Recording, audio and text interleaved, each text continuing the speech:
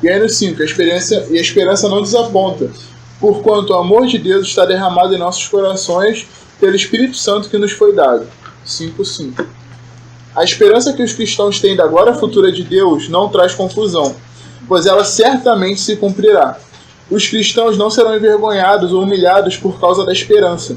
A razão de tamanha confiança por parte dos que têm fé é que o amor de Deus está derramado em nosso coração. Quando a pessoa confia em Cristo e o recebe, ela recebe o Espírito Santo, que constantemente encoraja a manter sua esperança em Deus. Olha que interessante, né? A gente começa com um panorama pequeno, que é a da tribulação, lá na frente, e quando a gente se deixa ser trabalhado pelo processo, quando a gente não quer interromper isso de forma abrupta, a gente vê onde isso vai dar lá na frente, como a gente estava falando. É um pensamento que vai sendo construído. Ele começa lá na tribulação e termina na esperança. Olha que diferente.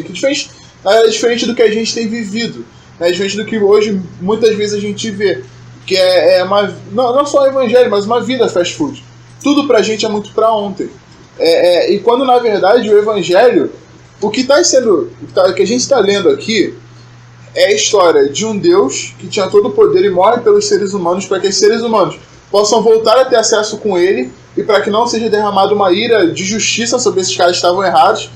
Sendo que o cara que escreveu, no estilo de colocar a pena lá e escrever a cartinha, era um cara que poderia ter sido um dos maiores filósofos da história da humanidade e passar a da vida dele indo de igreja em igreja construindo tenda. Assim, isso é contra todo tipo de fast food triunfalista que a gente tem hoje em dia. Né? Se Paulo fala que a tribulação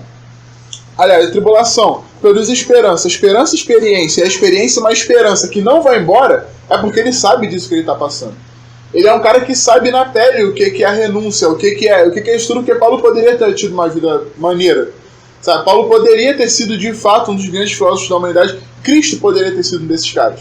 Mas ele sabia qual era a missão, o que a gente estava falando, o senso de missão, o senso de dever, e esse senso, ele não vem sozinho, sabe? Não é como uma autopenitência, uma autopunição que eu me flagelo lá, e aí depois eu me glorio em mim mesmo porque eu consigo me fazer sofrer. Muitas vezes passar por uma tribulação onde o Espírito Santo está comigo. Por quê? Quando a gente lê no versículo 5, diz que a esperança não desaponta, porque o amor de Deus está derramado em nossos corações pelo Espírito Santo que nos foi dado. A gente não pode esquecer que quando Cristo sobe, ele deixa o Espírito Santo conosco. O Espírito Santo que nos consola, o Espírito Santo que nos enche de alegria, o Espírito Santo que nos ajuda a entender as verdades de Deus. E esse amor que está no nosso coração em Deus é que, na verdade, é o que vai gerar essa esperança em nós. É o que vai fazer que o nosso coração se enche de esperança. Como eu disse, diferente desse evangelho triunfalista de fast food que a gente vê, quando a gente vê lá em Hebreus capítulo 10, lá pelo versículo 30, 31, 32, se eu não me engano, o autor ele mostra uma promessa completamente diferente do que a gente vê hoje. Gente, eu sou cria do mundo, vamos dizer assim, pentecostal. Eu sou penteca desde moleque. E eu consigo ver os erros no movimento que eu gosto. Eu admiro muito o movimento pentecostal. Você vê a galera falando, e cara, parece que é tipo um jogo de jargão, tá ligado? E aí, abençoado? Fala vaso, não sei o que, como é que tá? Só vitórias. O cara não consegue falar, tá tudo bem, bom dia, boa tarde. É só jargão atrás de jargão. E esse jargão da sua vitória é um negócio que tá impregnado da maneira absurda. Sabe qual é? E tipo, cara, quando você pega a vida do cristão de verdade, você vê que de fato não é só vitória. A nossa justificação não é pra que a gente tenha vitória aqui. Se você tem só vitória aqui, tu já conquistou tudo que tu tinha que conquistar. Não é esse evangelho que a gente segue? A gente vive esperando algo maior. A promessa de Hebreus capítulo 10 é uma promessa dinâmica, uma promessa que a gente corre para alcançar. Não que a gente vai alcançar pelos nossos méritos, mas é uma promessa que empurra a gente para ter uma vida dinâmica. O evangelho que a gente vive hoje é um evangelho completamente estático, onde eu fico parado e no final da minha vida eu me orgulho de estar na vida onde eu deixei de fazer um monte de coisa. E aí você vê os testemunhos evangélicos. Aí vem aquele irmãozinho com a voz, né? Aquela voz magrinha, assim, né? Oi, irmão, paz do Senhor, que eu matei 30 pessoas, eu traficava droga, eu fazia parte da rede de tráfico de mulheres também, mas hoje Cristo me abençoou, Cristo me perdoou, e eu tô feliz aqui servindo água pros irmãos. Mas, cara, você servir água é bênção. Os diáconos da igreja serviam água, e nem por isso eles tinham uma vida estática. Você pega a vida do próprio Estevão, que era o cara que servia no templo à ceia, E meu irmão, antes de morrer, o cara faz uma exposição que vai de Abraão até Jesus com um monte de pedra apontada pra ele. Cara, isso é absurdo.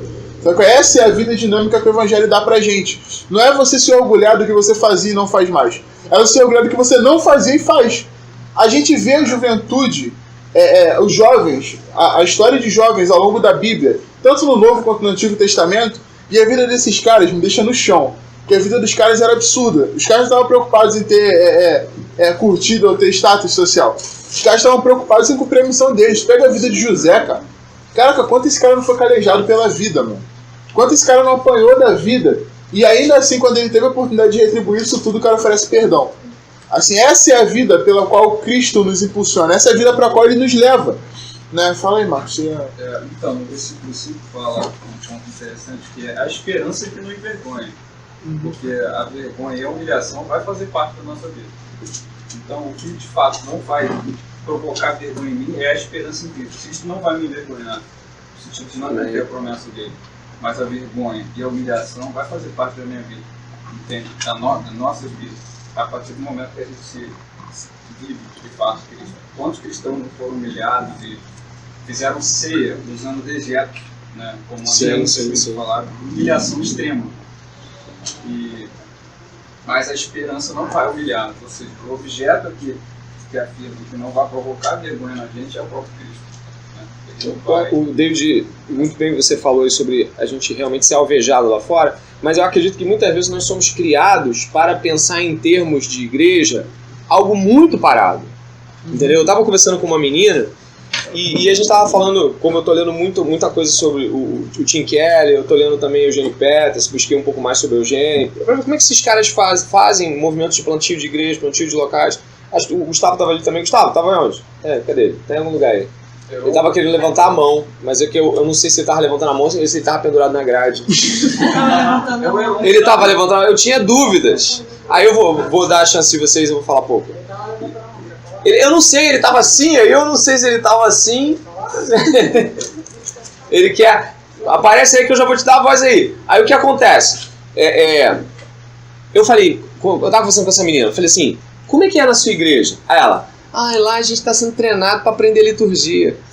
Falei, sério? Falei, como é que deve ser emocionante isso? Tipo, agora é o momento do ofertório. Deve ser, vai! Que lindo! Nada, né? Vai, 5 segundos para tu chegar assim. Passa a salva. Olha, tu demorou a passar a salva. Nosso Deus é um Deus exato. Então, eu fico pensando que tô brincando, mas eu fico pensando que muitas vezes talvez nós sejamos treinados para ser religiosos. Né? Em nenhum momento Estevão talvez pensou que ele fosse ser apedrejado, mas ele estava disposto a ser apedrejado caso fosse necessário. Mas ele nunca ousou ser aquilo que ele não era, no sentido de que ele entendia a diaconia dele, ele entendia que o chamado a qual Deus tinha colocado, mas ele entendia muito bem que pregar o evangelho para todo mundo no sentido mais amplo da palavra. Então, mesmo que você não seja o pastor da sua igreja, Deus te chamou para proclamar o evangelho aí para fora. Isso é algo vibrante. E eu penso, quando a gente lê uma carta como essa, tão cheia de vida, eu fico pensando que nós somos plantados, às vezes, dentro das nossas congregações, nossos núcleos de fé, para sermos estáticos. A gente aprende assim, qual é o seu sonho? Ser o líder dos jovens. E vai ser algo muito legal, porque... E aí você não consegue ver o cara saindo de uma esfera de, cara, o meu sonho é ir na favela, plantar uma igreja lá, pegar os doidão tudo... E esse pessoal mudar de vida, porque Efésios vai falar o quê? Aquele que rouba, não roube mais, mas trabalhe para dar. Ele não vai apenas parar de roubar, o que ele vai fazer?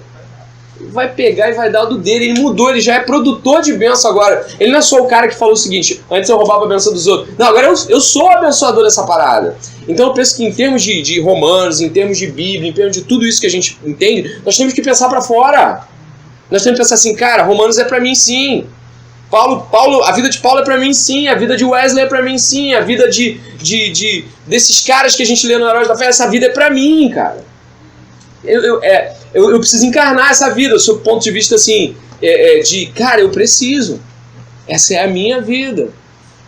Eu estava lendo sobre Filipenses capítulo 2, e o termo onde fala que Jesus, subsistindo em forma de Deus, abriu mão de ser igual a Deus, é kenos, ou kenosis. Vai falar de um ato substitutivo em qual eu entendo que eu poderia ter tal visibilidade, mas eu abro mão da minha visibilidade e assumo uma postura subalterna, uma postura na qual eu me humilho diante daquilo que é maior do que eu. Os cristãos, quando leem cartas como essa, deveriam se humilhar diante de todos nós, diante daquele que é maior do que todos nós, e nos colocarmos adiante daquilo que nos é proposto, daquilo que é ser Paulo, que é ser Susana Wesley, que é ser Catarina Vambora, que é ser um monte de gente. E eu não digo copiar a vida deles, acho que todo mundo está entendendo aqui, e nós devemos imitar os santos no sentido de se inspirar naquilo que Deus fez na vida de cada um deles, né?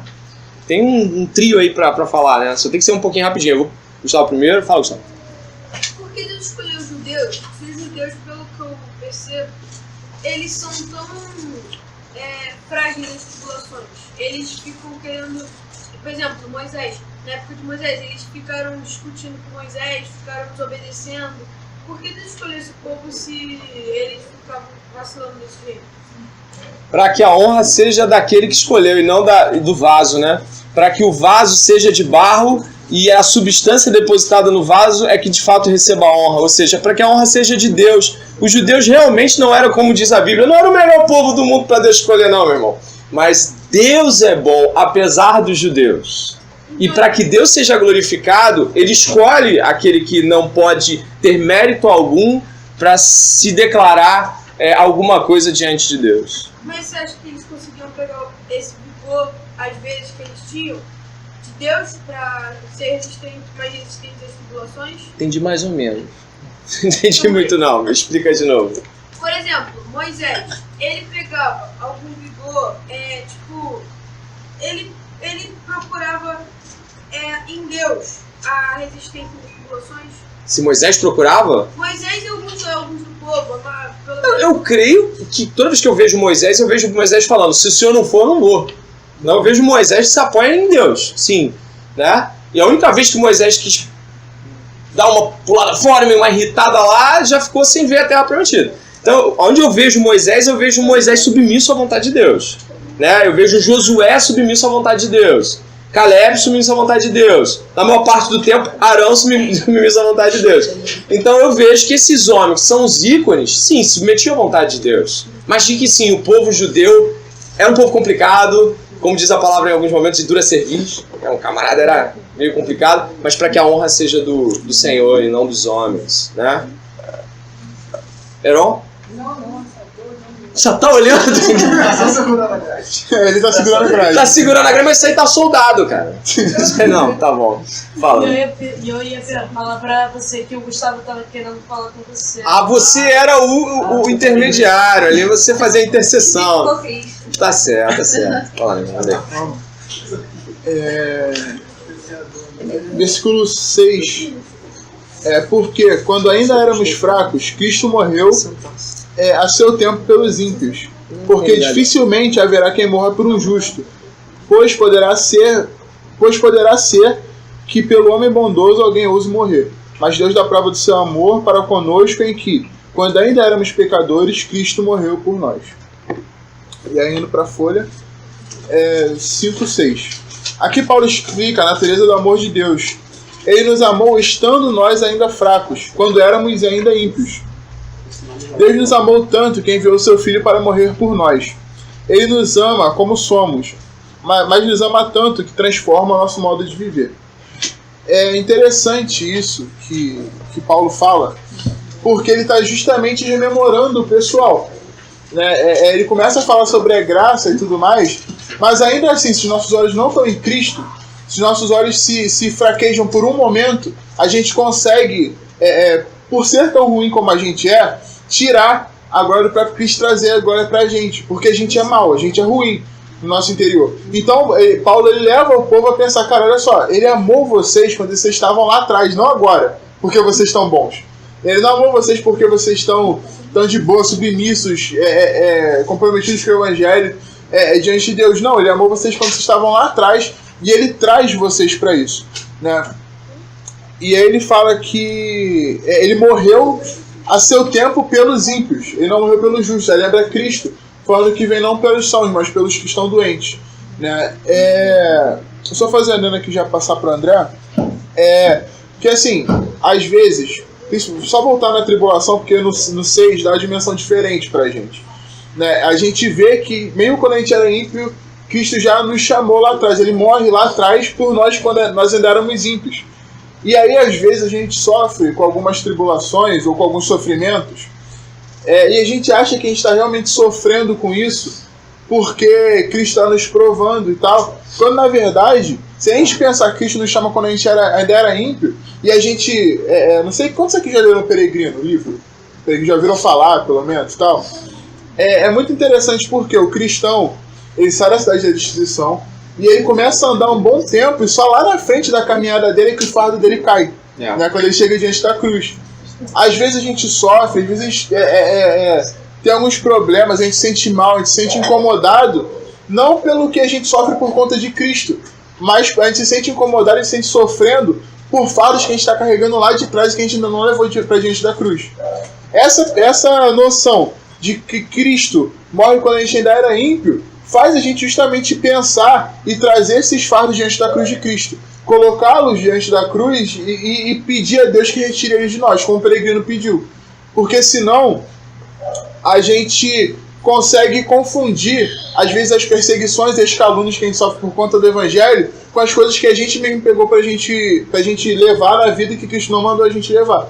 Então, assim, que a gente tenha essa noção de onde Cristo nos tirou, para que a gente tenha essa noção de que Ele precisa nos limpar por completo. Né? E aí sim fazer a obra dele no nosso meio. Algumas implicações aqui, do 6 ao 8, a gente pode analisar. Por exemplo, o 6 ele vai dizer que Cristo, quando nós ainda éramos fracos, morreu ao seu tempo pelos ímpios. No 7 vai dizer, dificilmente alguém morreria por um justo, pois poderá ser que pelo bom alguém se anime e morrer. O 6 e o 7 se conjugam na seguinte ideia, de que o tipo de comportamento vicário de Jesus Cristo, a morte de Jesus Cristo, não é algo comum. Não é algo que eu possa dizer assim, Jesus morreu. Beleza, não é assim, não é tão simples assim. Eu teria muito medo de morrer, até pelas minhas filhas, com medo da dor, medo do sofrimento, essas coisas. Mas eu acho que, talvez, assim, eu me lançaria. Eu digo talvez porque a gente nunca sabe, mas eu posso dizer que eu morreria pelas minhas filhas, porque eu as amo. Eu posso usar elas como um aspecto motivacional. Mas qual a motivação em nós de Deus morrer por nós? Qual o tipo de atrativo um ser humano como nós pode dar a um Deus de morrer por nós? Nenhum. Então Paulo está ressaltando que esse tipo de ação de Cristo é extremamente incomum. Ela não é algo que você vai encontrar referencial nos homens. Você não vai encontrar homens fazendo isso na história. Eu sou professor de história, David também. A gente não vai encontrar ao longo da história ninguém morrendo por gente que não é do seu reino. Você vai encontrar alguns heróis, sim. Você vai encontrar gente que morreu por uma causa, mas morreu por algo que acreditava e que estava até externo a si mesmo.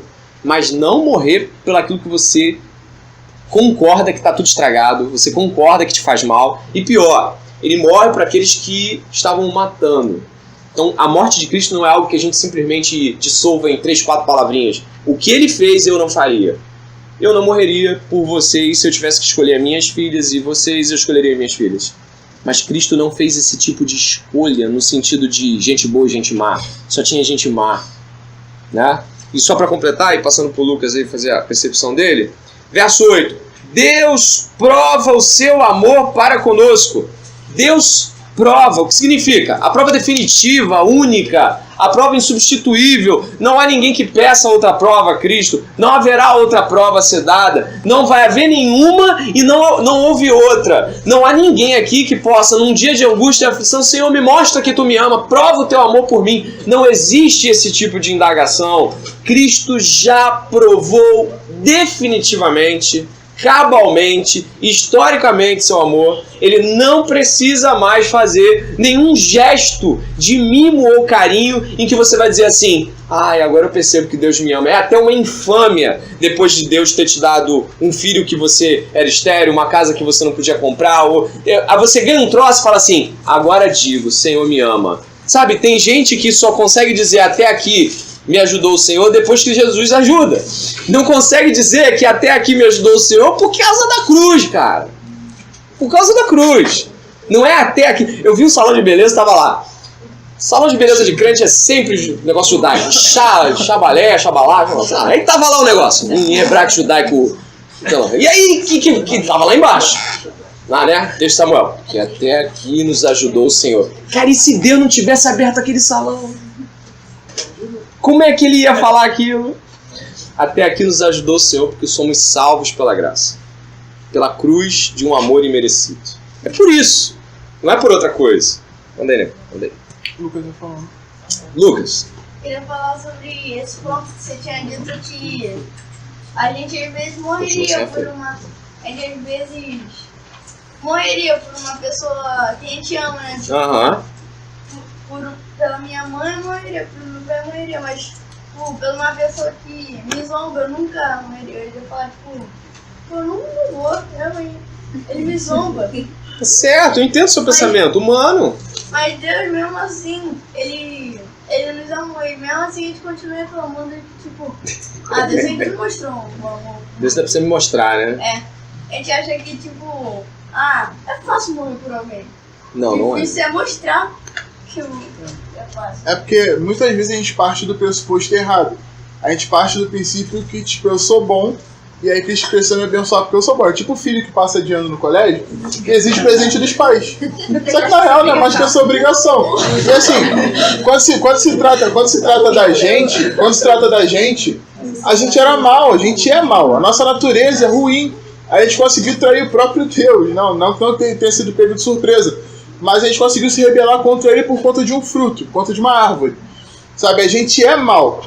E Cristo demonstra nosso amor, como diz o versículo 8, porque nós somos maus, ele morreu por nós enquanto nós éramos maus ainda.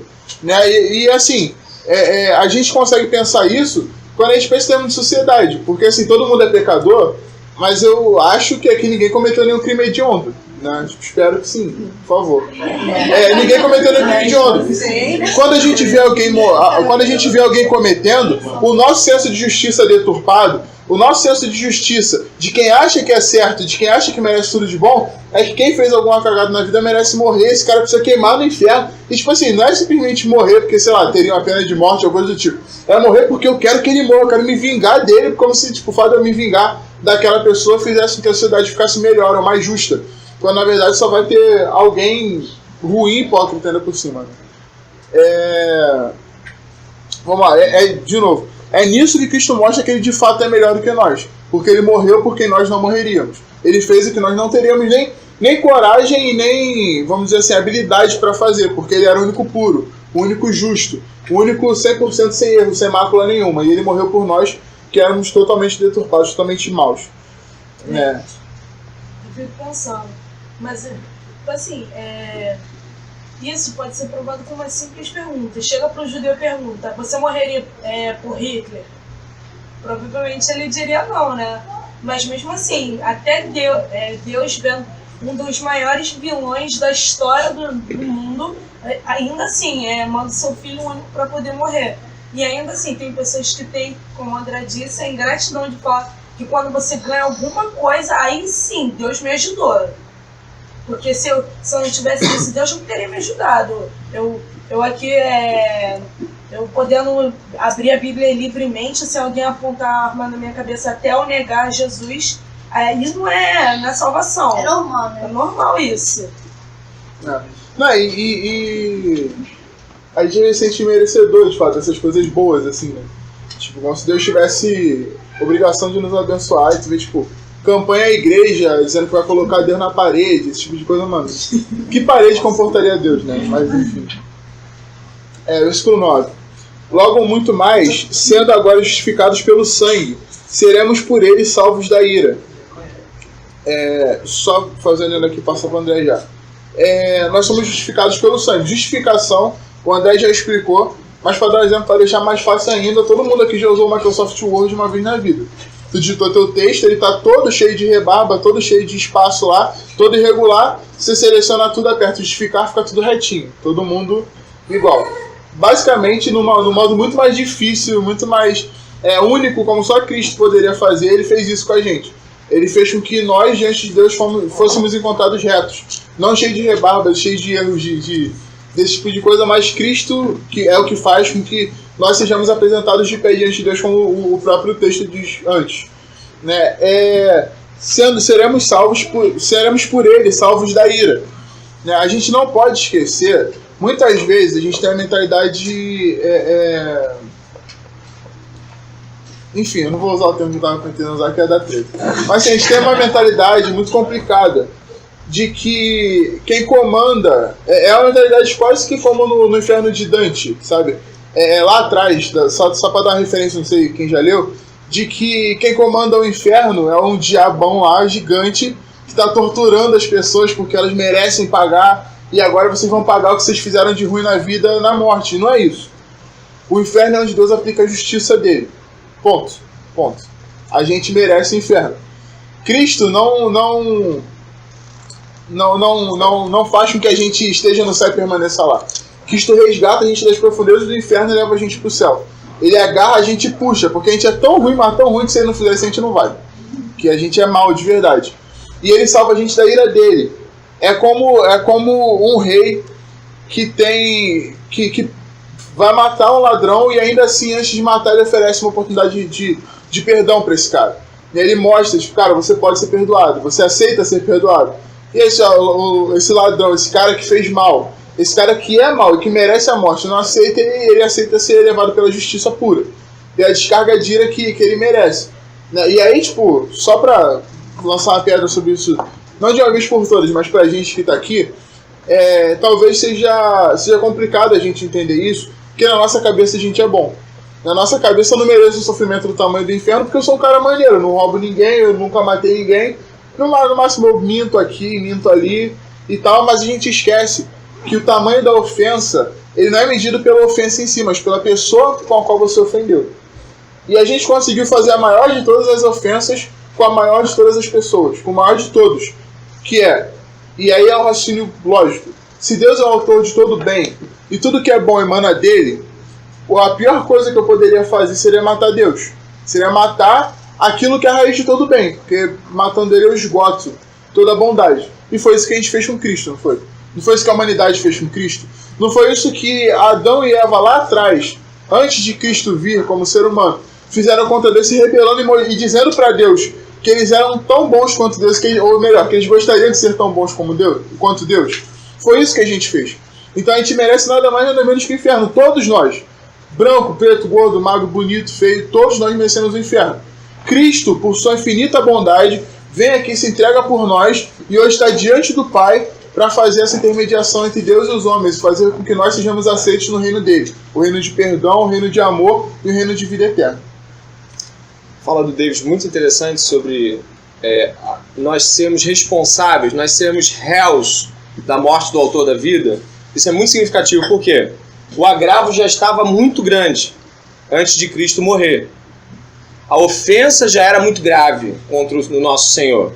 A coisa já estava num nível, mas a gente aumentou esse agravo. A gente tornou ele absoluto ao matar o Filho de Deus. Sabe aquela história do camarada que arrendou as terras? Jesus conta essa parábola, né? Ele arrenda as terras e aí em dado tempo ele quer voltar, ele quer recuperar o ganho daquelas terras com as pessoas que ele deixou lá. Então ele manda aviso, ele manda um trabalhador do seu trabalho lá, das suas terras, fala assim, vai nas minhas outras terras, vai lá, avisa que eu tô querendo receber os frutos dessa terra. E eles matam esse cara, espanca e mata. Aí manda outro, espanca e mata. Espanca, mata. Aí pensou o seguinte, vou mandar meu filho.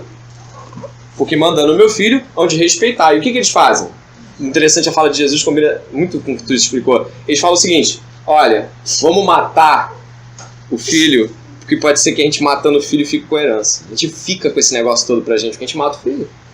O que Jesus estava nos mostrando ali era nos clarificar quanto à intenção do nosso coração.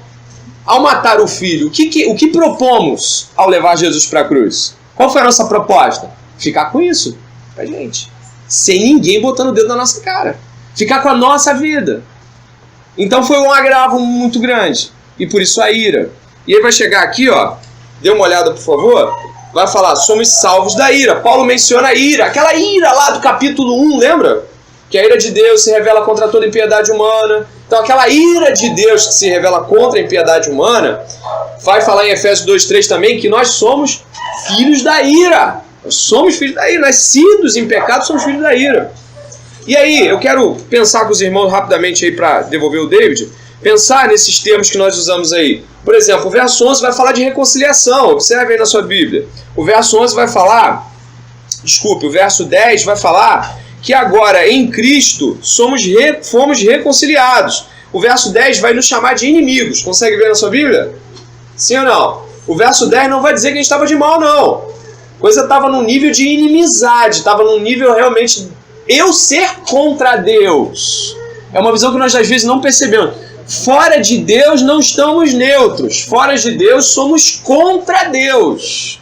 Aquele teu tio que é bonzinho, que ajuda todo mundo, que não quer saber de Jesus, mas para ele você ir para a igreja é uma coisa maravilhosa. Vai para a igreja mesmo. Melhor estar na igreja do que estar na BBD. Sabe aquele teu tio que parece que ele é o quase crente da família? Aquele teu amigo quase crente? Pois é, ele não se engane, ele é inimigo de Deus. Essa neutralidade afasta a consciência dessa pessoa, porque ela nunca vai ser experimentada de fato com aquilo que ela de fato é, filha da ira. Fomos reconciliados. A palavra grega é katalag. E indica o seguinte, a reconciliação indica o seguinte, a palavra em grego indica o seguinte, mudança de atitude no relacionamento. Olha que coisa interessante. Reconciliação não é apenas, oi, tudo bem, a gente não é mais inimigo. Não. Reconciliação indica mudança de atitude no relacionamento. O relacionamento, ele estava desfeito. Agora não é apenas um aperto de mão diplomático. Agora é uma mudança de atitude. Estava para um lado e agora converge. Agora Cristo e nós convergimos em Deus. Não é mais algo apenas assim, estamos em paz com Deus, eu vou seguir minha vida. Não, agora não dá mais para seguir a vida. Agora, em paz com Deus, fazemos parte do reino de Deus e vivemos com Deus e somos transformados por Deus, para Deus. Portanto, não é apenas estar de bem com Deus. Faço minha reza, vou no domingo. Não, é mudança plena. Se era inimigo, agora é amigo, anda junto, está colado, está respirando o mesmo ar, está junto. Entendeu? E mais um pontinho, já passando para ti, David. Vai falar assim, ó, seremos salvos pela sua vida. Um pouquinho antes, perdão. Vou falar assim, ó, porque se nós, quando inimigos, fomos reconciliados com Deus mediante a morte de seu Filho, muito mais, estando já reconciliados, seremos salvos pela sua vida. E não apenas isso, mas também nos gloriamos em Deus, por nosso Senhor Jesus Cristo, por intermédio de quem recebemos agora a reconciliação. Ele vai falar que o Jesus Cristo, aquele que a gente falou no verso 1, no verso 2, e aí depois repetiu no verso 3, ele é o intermediário dessa reconciliação. Não há outra fé que possa nos trazer paz com Deus. Você está falando de religião? Eu estou falando de outra fé, senão a fé no Evangelho. Se não for a fé no Evangelho, estamos ainda na inimizade contra Deus.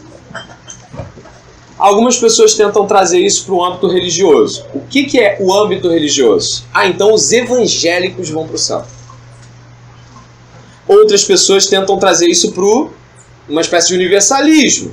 Bom, então se eu disser que creio em Jesus, eu posso ser um budista, mas eu creio em Jesus? Que aí é o outro lado da moeda, o cara vai para um alto extremo. O que estamos dizendo aqui é que reconciliados com Deus, por intermédio de Jesus Cristo, conscientes do seu Evangelho, temos paz com Deus. E mudamos de atitude e vivemos para Deus como Deus em Cristo, como Cristo agiria. Portanto, quando Deus prova o seu amor para conosco, Ele não prova apenas o seu amor para conosco, Ele nos ensina a amar.